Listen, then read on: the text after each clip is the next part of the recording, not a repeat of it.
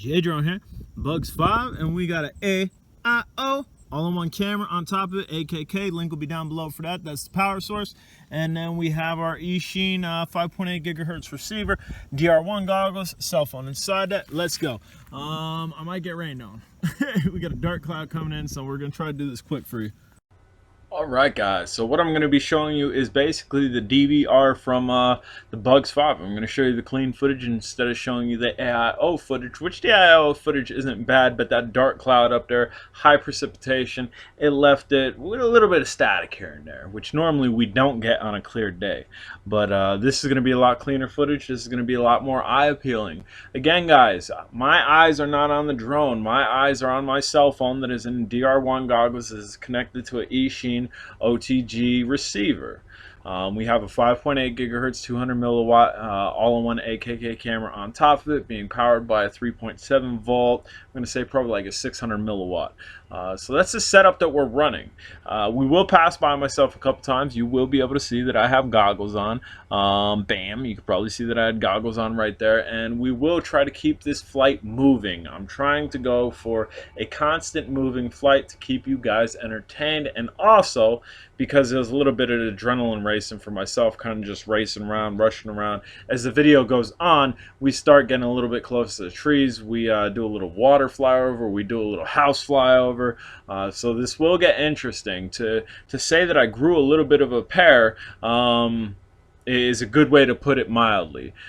Generally, I don't fly the way that I did with this towards the end of this video with something that I really don't trust, and I really don't trust this just because it has limited range, which sadly enough the Bugs 2 doesn't have limited range, and these newer ones have limited range.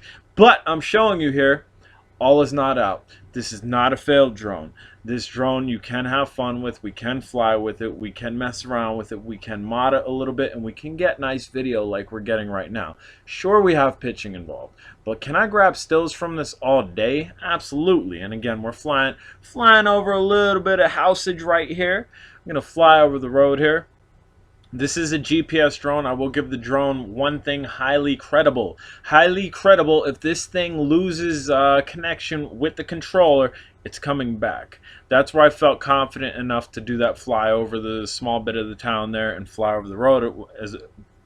Because if this thing had any type of interference, it would fly back. It would come back home. I've already tested that, so that's one thing that I can say that I do trust about it. And you can see the clouds up there. High precipitation is not good for 5.8 gigahertz FPV, but as you can see, it doesn't affect the DVR. It doesn't affect the onboard camera that is recording to an SD card. So that's what makes this thing very useful. If you're not going super duper far, which we're going a little bit far here. We're going out probably past a quarter mile at some points here, and we got the footage. As you can see, the wind is blowing towards us. Look at the flags down there, and we're just gonna fly over this way. Now that's me flying over this area, which I generally don't fly over, thinking about flying in the water and then kind of chickening out. Stay with me, guys. We'll fly over that water. We'll fly over that water more than once. And then coming back, as you can see, we're flying with the wind. We have considerable pickup as far as speed goes. And then flying into the wind, we're just flying with the wind, flying into the wind. We slowed down a little bit. So you gotta know. You got to know your wind. You really do, especially if you are limited on time, or if you have to throw on the brakes really quick. If we're flying with the wind and we got to throw the brakes on really quick, it probably ain't going to be able to happen. And here we go. We are going to fly over some water here. It's actually pretty neat. You can see some stuff at the bottom of the water, maybe like some formations, rocks, or some tree stuff. I don't know. But this is the first time. No, this is the second time I'm flying over this water. With the Alcenma, I flew over this water, high wind, winter, but that was with a drone that I absolutely trusted. Now you can see we're picking up speed really quickly because we were flying with the wind, and we came back. Yes. What we're going to do here, we are going to stop the recording and then restart it, just for the simple purpose of saving the video, to save your work.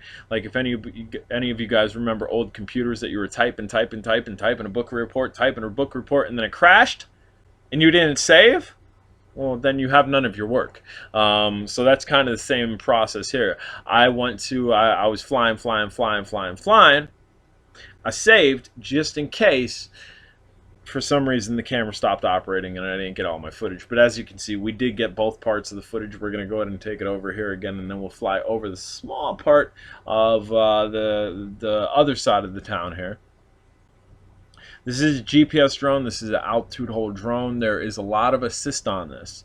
This is essentially exploring. This isn't a super explorer drone just because of the fact that the range is limited on it. But as you can see, we can explore a little. We can spread our wings a little. We can fly a little. We can go have fun in goggles with this drone. All's not at a loss. I will say, because I tell you guys how it is, I'll tell you guys how it is no matter what. No matter if I buy the drone, I get it for 50% off. I get it sent to me for free for a review. I'm going to tell you how it is. These newer, the Bugs 3H and the Bugs 5 and the Bugs 3 Pro, they're what I'm going to call beginner drones. They're beginner drones unless you're an advanced pilot and you want to mod it like this and try to have some fun with it. But for all intents and purposes, they are beginner drones. Your Bugs 3, your Bugs 2, your Bugs 3 Pro, no, sorry, your Bugs 3, your Bugs 2, your Bugs 3 Mini, and your Bugs 8, 8 Pro, and 6. There you start teetering into intermediate and advanced level drones where they have extreme punch, extreme range, no limitations really. Like the Bugs 2, we can go out past 999. 999 meters is what the telemetry on the controller maxes out to, and we can go past that, and we've done that. I've already taken the MJX Bugs 8 Pro on the jumper, so modified transmitter a little bit, but we've taken it on the jumper out 1.3 kilometers. 1.3 kilometers. And I'm sure it'd probably do close to the same on the stock transmitter. These newer drones seem to have been geared towards maybe new people. Bam, little close with the tree there. For assist, for getting into the hobby, which I can understand completely because they're slightly geofenced. They're slightly geofenced in altitude and range. And I know why they did it. I get why they did it. Myself, as an advanced pilot, I'm not too thrilled about it. I kind of wanted to take these drones. I wanted to take them out 1.4 kilometers, 1.5 kilometers. But that's not happening because the software inside of them, they have limitations and they have range. And even though right now I'm not flying with the app, I think it's the software inside of it because we can only go so far over the abyss and then we get beeping. So that's the controller telling me, hey, you're getting out of range. It's like, you gotta be kidding me. It's not getting out of range.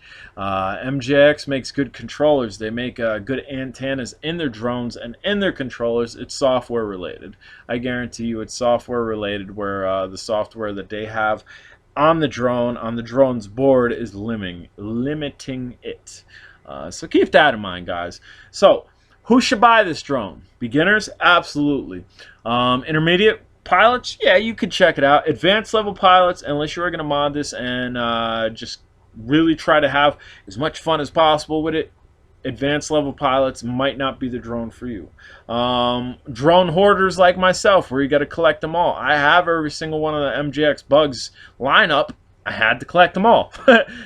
This drone's for you. If you don't have all of them, that's what you're going for here. You can check out right by that tree. And again, like I said, we're going to pick up the speed a little bit towards the end here. We're going to try to fly a little bit more risky. But again, my FPV, my 5.8 gigahertz FPV wasn't super duper clear just because we had a lot of precipitation in the sky. And from my pro FPV flyers, I'm not a pro FPV flyer, but from my racer friends, they've let me know that yes, high precipitation, high fog will mess up your FPV signal, 5.8 gigahertz FPV signal.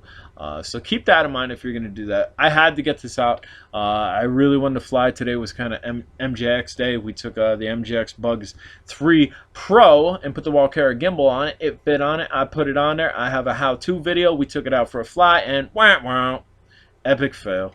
After a short period of time, it wasn't having it. It doesn't have enough power to do so, which is again another one of those limitations. But alright guys, I'm Jay Drone. If you haven't subscribed, smash that subscribe button. I'm down there. We will show you the DR1 goggles really quickly. We'll get close to myself, and that's my setup. Again, if you haven't subscribed, please do so later.